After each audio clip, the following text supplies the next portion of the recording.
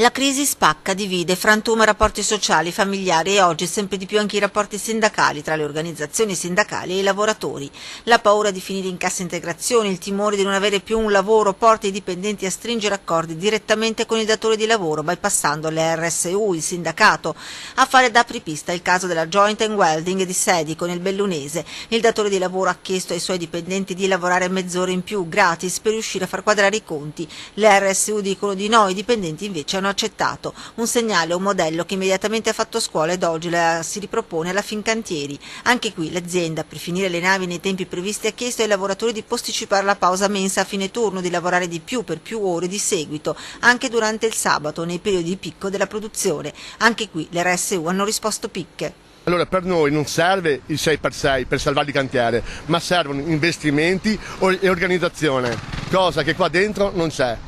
Una risposta, quella sindacale, che non ha soddisfatto una parte dei lavoratori, gli impiegati. Quest'ultimi, con una lettera con raccolta firme, chiedono che si faccia l'accordo ed anzi scrivono: riteniamo molto grave, oltre che anacronistica, la risposta del sindacato, apparentemente suggerita da pregiudiziali ideologiche e incapaci di una lettura al passo con i tempi.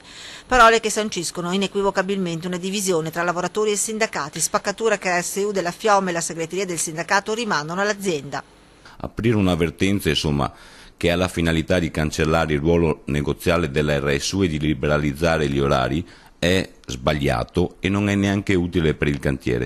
E ancora, il sindacato si imputa nella lettera una incapacità di saper valutare in maniera lucida la crisi. Scrivono: crisi che attanaglia il mondo del lavoro e condanna il territorio veneziano e tutte le nostre famiglie ad un veloce ed irreversibile declino. La CGIL attacca, si sfrutta la crisi per fini che vanno contro i lavoratori e il sindacato. Attraverso la crisi, o meglio utilizzando la crisi, alcuni imprenditori, chiamiamoli così, stanno tentando di modificare radicalmente le condizioni di lavoro. Per questo noi consideriamo che i tentativi fatti di portare il sindacato a essere più moderno siano puerili tentativi di riportare indietro le lancette della storia.